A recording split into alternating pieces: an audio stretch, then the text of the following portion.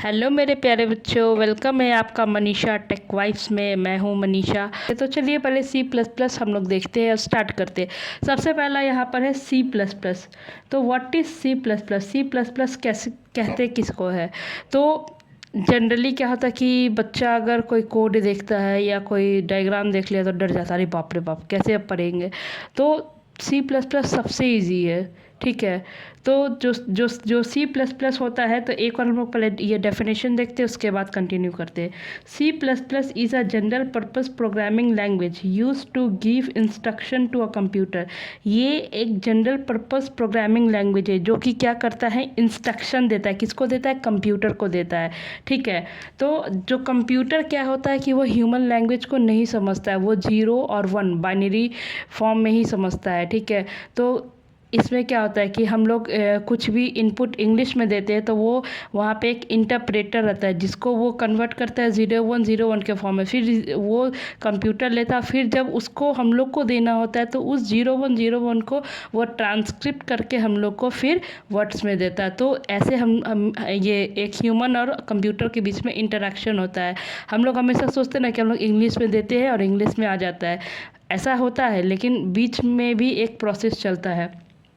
तो ये अब कंप्यूटर के बारे में यहाँ पे कुछ कहा गया है कि उसको सिर्फ मशीन लैंग्वेज ही समझ में आती है।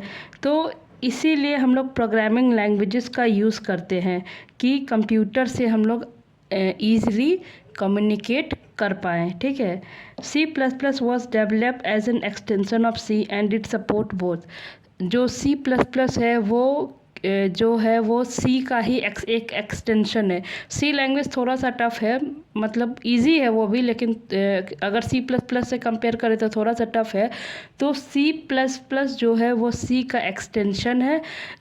जो सी है वो प्रोसीड्यूरल लैंग्वेज है, और जो सी प्लस प्लस है वो procedural plus object oriented language है, ठीक है। Procedural plus object oriented language है। तो आप यहाँ पर देख रहे हैं, मैं इसको अलग पेन से मार्क कर रही हूँ।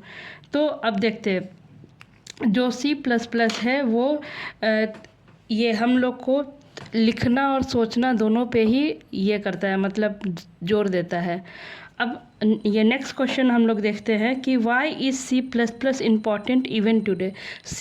अभी जैसे हम लोग देखते हैं कि बहुत सारा ये लैंग्वेज आ गया, पाइथन आ गया है, जावा आ गया, तो स्टूडेंट सी प्लस प्लस ही क्यों सीखे, ठीक है।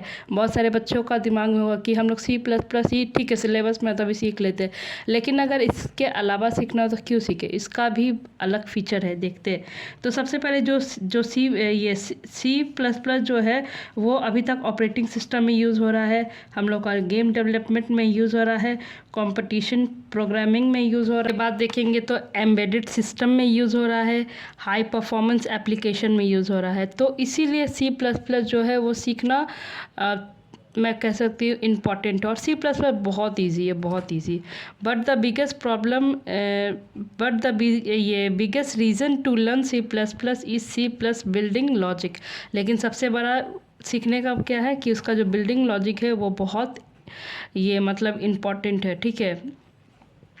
अब नेक्स्ट हम लोग देखते हैं कि उनको सबसे बड़ा प्रॉब्लम क्या आता है। वो लोग क्या करते हैं, कोड को रट लेते हैं, लेकिन कोड को रटना नहीं है, कोड को समझना है। अगर आप कोड को ये रट के लिखेंगे तो आप ज़्यादा दूर तक नहीं जा पाएंगे, लेकिन अगर आप उसे समझ के लिखेंगे तो आप कुछ ना कुछ उसमें क्रिएटिव कर सकते हैं, कुछ अलग हट के कर सकते हैं, ठीक है। तो अब हम लोग नेक्स्ट देखते हैं कि हाउ और C plus plus actually work. अब सी प्लस प्लस जो है वो काम कैसे करता है, ठीक है। अब इसका काम को देखते हैं। तो सबसे पहले क्या होता है कि हम लोग कोई भी इंस्ट्रक्शन को इंग्लिश में लिखते हैं, ठीक है। फिर जो कंपाइलर होता है उसको एक मशीन लैंग्वेज में ये कन्वर्ट करता है। जब भी आप लोग सी प्लस प्लस का कोड अगर लिखेंगे तो हम लोग उसमें कंपाइल करते हैं। जैसे ही कंपाइल करेंगे, अगर वो इंस्ट्रक्शन सही हुआ तो ठीक है, नहीं गलत हुआ तो वो एरर देगा। तो वो कंपाइलर कंपाइल किया, और अगर सही हुआ तो उसको मशीन लैंग्वेज में चेंज करेगा, फिर हम लोग आउटपुट देता है। फिर computer execute it line by, फिर कंप्यूटर क्या करता है, उसको लाइन बाय लाइन एग्जीक्यूट करता है। तो कंप्यूटर होता है वो क्या करता है, वो हमेशा सीक्वेंस में काम करता है। कंप्यूटर एक मशीन है, ठीक है। उसको इंसानों द्वारा ही ट्रेनिंग दिया जाता है। तो वहाँ पर क्या कि उसको हर काम ऑर्डर में करना है, सीक्वेंस से करना है। तो वो कभी भी गेस नहीं करेगा, वो कभी भी एज्यूम नहीं करेगा। वो इंसान नहीं है, वो एक मशीन है।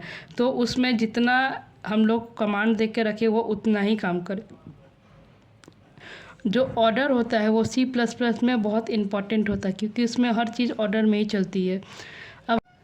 अब हम लोग बेसिक स्ट्रक्चर ऑफ C++ को समझने जा रहे हैं। तो इसका बेसिकली 3 स्ट्रक्चर होता है। एक हेडर होता है, एक ये मेन फंक्शन होता है, और तीसरा हम लोग का ये स्टेटमेंट होता है। तो एक एक करके अभी हम लोग तीनों को देखते हैं।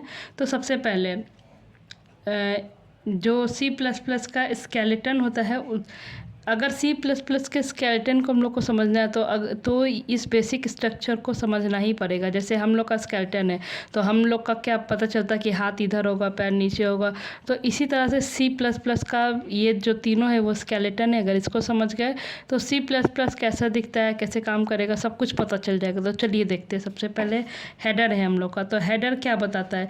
This tell the compiler what predefined function we are using. ये क्या करता है कि कंपाइलर को बताता है कि हम लोग कौन सा प्री डिफाइंड फंक्शन को यूज़ कर रहे हैं। ठीक है, जैसे example iostream is use for input and output. हम लोग कोई भी प्रोग्राम जब लिखते हैं तो उसमें इस C++ में तो उसका स्टार्ट करते हैं आइसोस्ट्रीम से। ठीक है, तो ये हेडर है और ये बताएगा कि इसमें कौन सा प्री डिफाइंड फंक्शन को यूज़ करना है। Firstly tell the compiler that we use input और आउटपुट। ठीक है, फिर सेकंड में आ जाता है मेन फंक्शन। ये मेन फंक्शन क्या है? ये एक दिल की तरह काम करता है। जो भी चीज़ हम लोग को एग्जीक्यूट कर, कुछ भी, वो हम लोग मेन फंक्शन के अंदर लिखेंगे। This is the heart of the program, execute of every C++ program start from the main. ठीक है, ये एग्जीक्यूशन किसी भी प्रोग्राम का स्टार्ट कहाँ से होगा? वो मेन फंक्शन से होगा।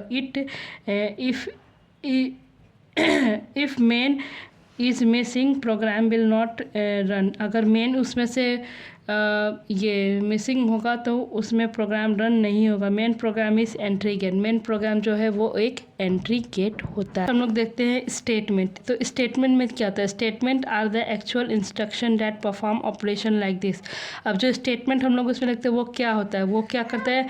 इनपुट लेता है, डेटा को प्रोसेस करता है और हम लोग को आउटपुट शो करता है। ठीक है, तो अब हम लोग देखते हैं कि जैसे हम लोग अब अभी तक व्हाट इज C++ देख लिए, इसका बेसिक स्केलेटन को एक समझ लिए, अब स्टूडेंट को क्यों ज़रूरी है वो भी जान लिए। तो अब हम लोग देखेंगे कि एक प्रोग्रामर जो है वो सोचता कैसे है। तो एक सिंपल सा तरीका है और ये जानना भी बहुत ज़रूरी है। तो इनपुट, आउटपुट और प्रोसेस। ठीक है, अब इस चीज़ को एक एग्ज़ाम्पल के तौर पे समझेंगे कि अगर हम लोग को 2 नंबर को ऐड करना है तो हम लोग ऐसे सोचेंगे कि इसका इनपुट क्या है? 2 नंबर। इसका प्रोसेस क्या होगा? एडिशन। ठीक है, इसमें आउटपुट क्या होगा? सम होगा। ठीक है, तो this thinking method work for, तो ये जो थिंकिंग मेथड है ये किस लिए काम आ रहा है? ये लूप में काम आएगा, कंडीशन में, एरे में, फंक्शन में और इवन एडवांस प्रोग्रामिंग में। ठीक है, तो कोई भी स्टूडेंट है अगर वो C++ पढ़ रहा है तो उसको थोड़ा सा प्रोग्रामर की तरह सोचना पड़ेगा, क्योंकि उससे क्या होता है कि इजी हो जाता है। अगर 2 नंबर को ही ऐड करना है तो हम लोग उसमें अगर ये चीज़ पहले से ही जान लेते कि क्या इनपुट है, क्या उसमें करना है, क्या मतलब प्रोसेस होगा, क्या आउटपुट होगा, तो बहुत ईजी हो जाएगा। ठीक है।